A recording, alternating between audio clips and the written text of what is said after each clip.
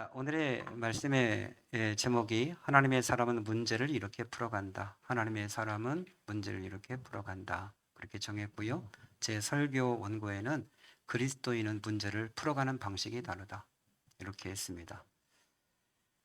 우리가 바다 하면 생각나는 것이 많이 있는데 그 가운데 가장 많이 생각나는 것은 파도가 생각납니다. 바닷가에 가면 한시도 바다는 쉬지 않습니다. 계속해서 파도가 밀려옵니다. 작은 파도도 밀려오고 때로는 집채만한 엄청난 파도도 밀려오게 됩니다. 한시도 바다가 호수처럼 잔잔한 적은 없습니다. 작은 파도든지 큰 파도든지 끊임없이 바다는 파도가 밀려오게 되어져 있습니다. 우리 인생도 역시 마찬가지입니다. 잔잔한 것 같지만 그것은 파도가 잘잘하게 밀려와서 내가 그 파도를 인식하지 못할 뿐이지 우리 가운데도 끊임없는 파도는 요동치고 있습니다. 작은 파도들은 우리가 별로 개의치 않고 쉽게 해결하고 넘어가는 것이고 때로는 집채만한 파도, 우리를 삼킬 만한 파도들은 때로는 그것을 감당하기 어려워하기도 하는 것입니다. 야고보서 선생은 말하기를 심지어 이 파도를 잘못 감당하다가 믿음에 파선하는 자도 있다. 그렇게 이야기했습니다. 배도 큰 파도 만나면 그 배도 결국은 파선하는 것처럼 우리의 삶도 우리의 인생 가운데 밀려오는 이런 여러 가지 문제들을 잘못 해결하게 되어지면 인생의 큰 위기를 맞이하는 것을 보게 되어집니다. 우리는 우리 주변에서 문제들을 잘못 해결해서 큰 어려움들을 겪는 분들을 보게 되어집니다. 심리적으로, 정서적으로, 경제적으로, 또 관계적으로, 또 신앙적으로 여러 가지 어려움을 겪고 헤어나지 못하고 결국 그렇게 마무리하시는 분들을 보게 되어집니다. 반면에 문제를 잘 풀어감을 통해서 오히려 그 문제를 통해서 가정이 하나 되고 화목하게 되어지고 오히려 더 건강을 회복하고 더 축복을 누리는 그런 가정들도 우리 주변은 많이 보게 되어집니다. 큰 파도가 온다고 해서 다 배가 뒤집어지고 파산하는 건 아닙니다. 그 파도를 인해서 더 빨리 가는 사람들도 있고 그 파도를 통해서 더 덕을 보는 사람들도 있습니다. 저는 요즘 이렇게 보면서 우리나라도 서핑이 유행하지 않습니까? 양양바다에 서핑이 유명하다던데 한겨울에도 서핑하는 사람들이 보여든대요. 우리가 생각할 때 그 추운 겨울에 어떻게 바다에 들어가? 그런데 그들은 옆에다 그 서핑하기 위해서 보트를 끼고서 큰 파도가 오기를 기다리는 거죠. 그리고 파도가 오면 뛰어들어서 그 파도 속으로 뛰어들어서 파도를 타게 되어지는 거죠. 우리 신앙의 사람은 이와 같다 생각이 듭니다. 늘 잔잔하기를 기다리는 것이 아니라 언제든지 우리 가운데 문제는 오는 것이고 어려움은 오는 것이고 고난은 오는 것인데 그것을 하나님의 은혜로 하나님의 능력으로 어떻게 잘 타고 가느냐 그 일을 통해서 오히려 더 좋고 아름다운 결과를 얻을 수 있는 줄로 믿습니다. 오늘 본문이 바로 그러한 이야기를 하고 있습니다. 여호사밧 왕이 유다를 통치하고 있을 때에 암몬과 미디안 군대들이 모압 군대가 연합해서 치러 올라왔습니다. 나라의 최고의 위기를 맞이했습니다. 한 나라를 상대하기도 어려운데 이 3개국이 연합해서 쳐들어왔으니 이 3개 나라를 함께 이걸 대적한다고 하는 것은 이건 불가항력적인 일이었습니다. 여호사밧 왕은 하나님의 사람이었기 때문에 백성들에게 금식을 선포하고 함께 기도하자고 이야기했고 백성들은 예루살렘에 모여서 함께 하나님 앞에 기도하기 시작했습니다. 하나님 도와주십시오. 기도했을 때에 그 기도가 하나님 앞에 상달되어지게 되었고 선지자를 통해서 너희가 손댈 필요 없다. 내가 해결하겠다. 이런 약속을 받게 되어지고 그것에 감격해서 여호사밧 왕이 엎드려서 얼굴을 땅에 대고 하나님을 경배합니다. 백성들도 다 함께 엎드려서 땅에 그들의 얼굴 머리를 대고 하나님을 경배하고 그 다음에 제사장들은 그 함께 같이 하나님을 찬양하는 그 감격을 그 속에 누리게 되어집니다. 아직 전쟁했어요, 안 했어요? 아직 안 했어요. 아직 적군들은 여전히 진치고 있는 상황입니다. 그럼에도 하나님의 말씀이 들려졌을 때 우리가 승리하는구나. 이 감격과 감동이 그들 가운데 있었던 것이고 그들이 축제가 벌어졌고 다음날 일찍 일어나서 그들이 벌판에 모여서 찬양대를 조직하고 재앙대를 맨 앞에 세우고 군대에 세우고 찬양을 하며 나갈 때에 하나님께서 보내신 사자들이 이 군대를 치기 시작하니까 자기들끼리 자중질환이 일어나서 서로가 서로를 공격하면서 스스로가 다 죽음으로 끝나버리는 이런 결과를 가져오게 되었다라고 하는 것입니다. 여러분, 그렇습니다. 하나님 앞에 기도하고 하나님을 바라보고 하나님을 의지할 때에 하나님께서 풀어가시고 하나님께서 역사하시는 것들을 우리는 경험합니다. 그러나 믿지 않는 사람들은 뭐라고 얘기합니까? 에이, 기도한다고 되나? 기도 백날 해봐라. 이렇게 말하는 사람들이 있습니다. 심지어 교회를 다니는 사람들조차도 그렇게 이야기하는 사람들이 있습니다. 에이, 기도한다고 되나? 그럼 뭔가를 해야지. 뭐 기도만 한다고 되나? 누가 기도만 한다고 했습니까? 하나님의 도움을 먼저 구하고 하나님의 방법을 구하고 하나님의 보낸 사람을 만나기를 원하고 하나님의 치료의 방법을 찾는 것이지 무식하게 기도만 한다고 하지는 않았습니다. 그들이 그렇게 불신자들이 얘기하는 이유는 단순한 그들은 기도해 본 적이 없기 때문에 그러기에 하나님의 응답을 받아본 적이 없기 때문에 그들은 그렇게 말할 수 있습니다. 단 한 번도 하나님의 능력이 그들 가운데 임한 적이 없기 때문에 기도하면 되나? 기도해야 소용없지. 이렇게 얘기할 수 있다고 봅니다. 그러나 교회를 다니는 사람은 소위 예수를 믿는 사람들이 그렇게 이야기하는 이유는 무엇입니까? 교회를 다니고 있지만 그러나 그 역시도 기도를 통해서 문제를 해결받은 적이 없는 거예요. 그냥 그에게선 종교성이지 뭔가 잘 되겠지? 교회 다니면 뭐 자식이 잘 되고 뭔가 형통하겠지? 그 정도 생각이지 정말 하나님께서 나의 기도를 들으시고 풀어가시고 해결하시고 축복을 준다고 한 이 사실 자체를 실제적으로 자기의 삶과 자기의 이 문제 가운데서 해결받지를 못한 거예요. 그러니까 문제가 찾아왔을 때 뭐 기도한다고 돼? 이따위 소리를 하게 되어지는 거죠. 물론 여러분 기도한다고 다 되지는 않습니다. 다 풀어지지 않습니다. 예수님께서 오셔서 수많은 병자들을 고치고 해결하셨습니다. 그러나 우리 예수님께서 고치지 못한 사람들도 있습니다. 갈릴리 지역에 갔을 때 예수님께서 고치고자 했지만 그들이 예수님의 치유의 능력이 나타나지 않는 거예요. 예수님이 이상하게 여기셨다는 거예요. 왜 치유의 능력이 나타나지 않았습니까? 그들이 예수님을 믿지 않는 거예요. 심지어 하나님의 아들인 예수님이 오셔서 죽은 자를 살리고 병자를 눈뜨게 하고 바다를 잠잠케 하더라도 그들이 믿지 않는 거예요. 저는 나사렛 목수의 아들일 뿐이지 저게 구원자라는 걸 믿지 않으니까 예수님이 고치려고 해도 고침이 나타나지 않는 거예요. 예수님조차도 의아하게 여기셨다고 되어져 있어요. 예수님 시대도 모든 사람이 다 고침받은 것은 아닙니다. 지금도 역시 마찬가지입니다. 기도한다고 해서 문제가 다 풀어지지는 않습니다. 기도할 때 하나님께서 풀어가시는 문제가 있고 또 하나님이 풀어가시는 방식이 각각에 다 다르다라고 하는 것입니다. 하나님의 기적을 그러나 어떤 방법으로 풀어갈 수 없기에 우리는 믿는 사람은 일단 문제 앞에서 하나님을 바라보고 하나님 앞에 기도하는 것이 필요합니다. 여호수가 그리했던 것처럼 금식하고 하나님의 도움을 요청하고 주변 사람들에게 함께 동참을 요청하고 하나님 앞에 구함을 통해서 이 문제를 풀어가야 되는 것입니다. 제가 역사적인 신뢰를 찾아봤습니다. 그랬더니 이게 정말 수많은 어려움 가운데서 하나님께서 믿음으로 풀어가는 것들을 경험한 사람들이 있었습니다. 미국의 루이스 조던이라고 하는 사람이 배를 타고 바다에 나갔다가 그만 그 보트가 뒤집어지는 바람에 바다에서 66일 동안을 홀로 표류하게 됩니다. 60일 동안 표류하고 난 다음에 극적으로 구조되고 난 다음에 그가 여러 CBS라든지 ABC 방송이라든지 여러 방송과 함께 그가 인터뷰를 하면서 했던 말은 이것입니다. 그가 끊임없이 66일 동안 하나님 제발 저를 도와주십시오. 하나님 제발 저를 도와주십시오. 끊임없이 외쳤다는 것입니다. 그런데 하나님께서 자기의 기도를 들으시고 66일 만에 구출되었다. 이 고백을 그가 했습니다. 또 한 사례는 멕시코에 3명의 어부가 있었습니다. 이름이 예수 바다냐예요. 이름부터가 범상치 않아요. 예수 바다냐. 그 루시오 렌돈, 살바도로 어르도네즈라고 하는 3명의 어부가 기계 고장으로 표류하기 시작했습니다. 태평양 바다 가운데서 그들이 9개월 동안 표류했습니다.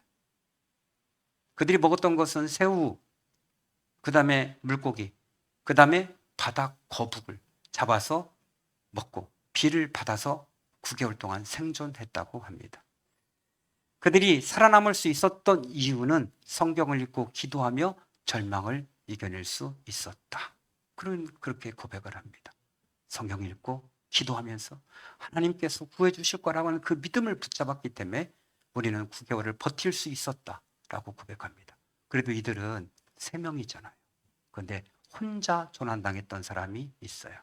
호세, 살바도로 알바랑헤라고 하는 이름이 10자나 돼요. 2012년에 태평양에서 무려 14개월 동안 홀로 표류하게 되어집니다. 그런데 얘가 바다에서 내리는 비를 겨우겨우 받아서 먹고 그 다음에 바다 생물을 잡아보면서 14개월을 표류하며 버티다가 어느 섬에 가서 안착해서 그가 그곳에 구조되었습니다. 14개월. 어떻게 버텼을까요? 태평양 한가운데서 수없이 많은 태풍이 지나갔을 텐데요. 그리고 여러분 그 겨울바다가 쏠 텐데요. 어떻게 14개월을 1년 2개월을 바다 가운데서 배가 표류하는 가운데 버틸 수 있었을까요? 그가 구출되고 난 다음에 그와 그의 가족이 책도 썼는데 그가 이야기합니다. 하나님께서 구해주실 것을 믿고 포기하지 않고 기도했다. 그도 기도했고 그의 가족도 1년 2개월 동안 구출때까지 포기하지 않고 기도했다라는 거예요.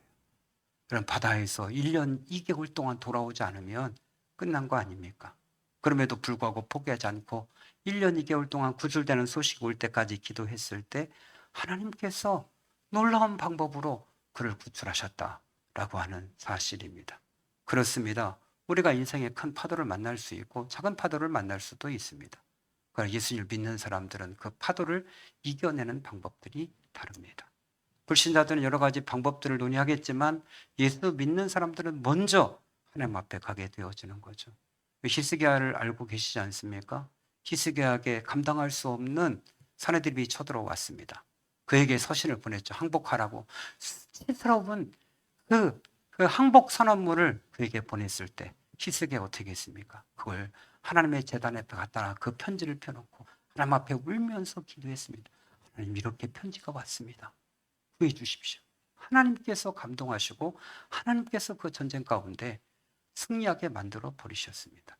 하나님의 사람들은 어떻게 풀어가는지 우리는 모든 것들을 통해 생생하게 볼 수 있습니다. 하나님은 말씀하십니다. 야고보서 5장 13절에 너희 중에 고난당하는 자가 있느냐? 저는 기도할 곳이요 라고 말씀하고 있습니다. 고난의 문제를 푸는 거, 큰 파도의 문제를 푸는 건 첫 번째 문을 여는 열쇠는 바로 기도의 열쇠다. 이렇게 말씀하고 있습니다. 저희가 예배 시작하고 묵도송하고 난 다음에 처음 부른 찬양이 주가 일하시네 라는 찬양이에요. 날이 저물어 갈 때, 빈손으로 걸을 때. 여러분 날이 저물어 간다는 건 뭐죠? 이제 때가 다 된 거예요. 그런데 아무것도 없는 거예요.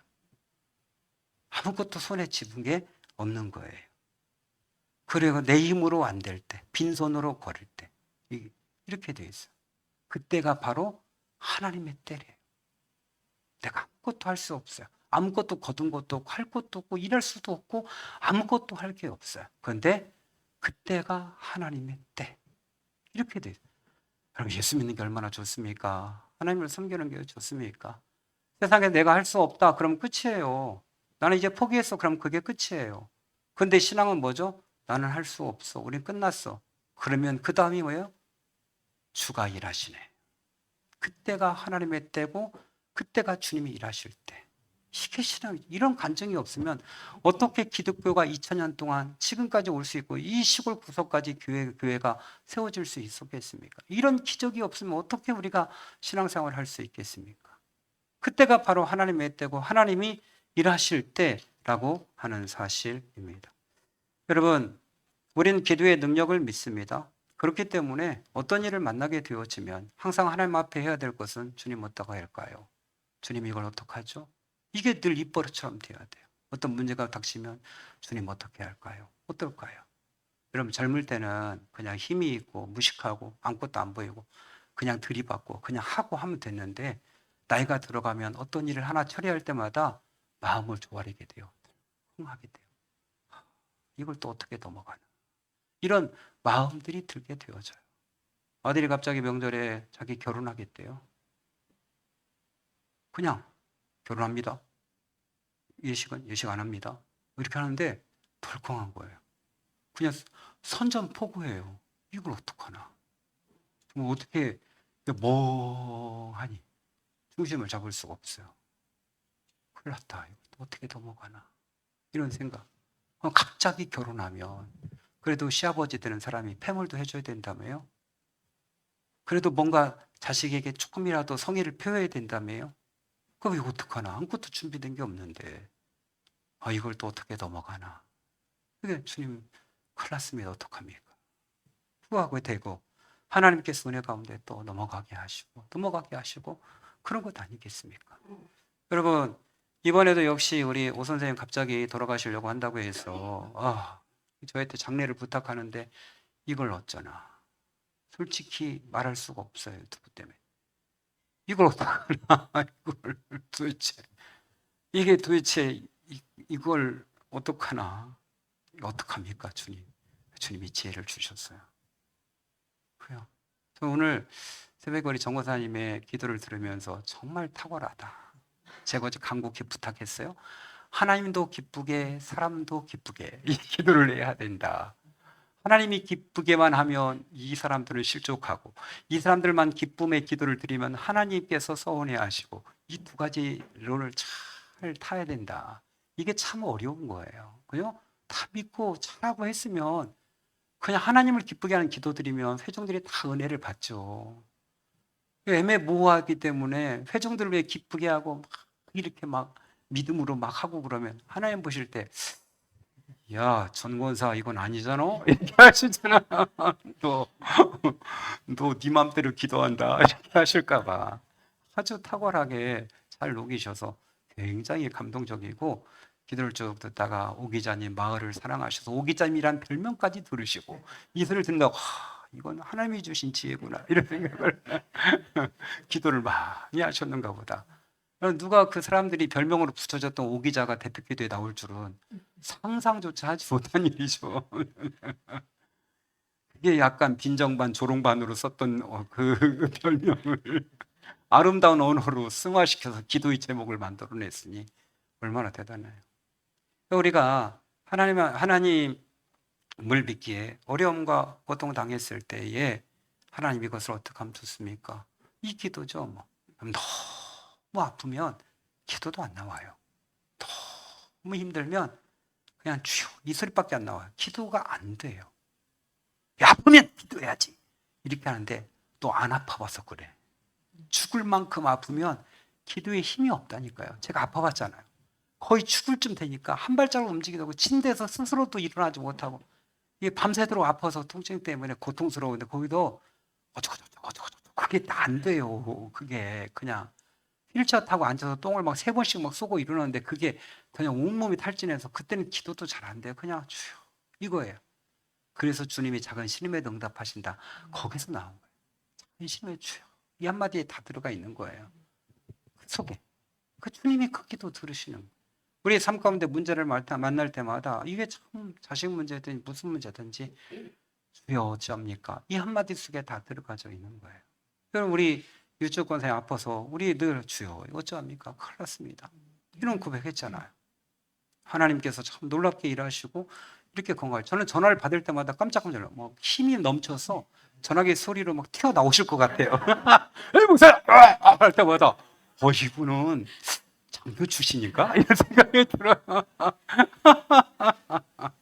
우리 박 권사님도 허리 아프셔서 주여 어쩌합니까? 그랬더니 우리 서울 삼성병원 또 그 환자들 상담하시는 분과 어떻게 연결이 되어져서 그분이 좋은 의사 소개해서 또 바로 진료받고 또 다 일장 닫고 하나님이 그렇게 순수하게 풀어가시는 모습들을 보게 되어지죠.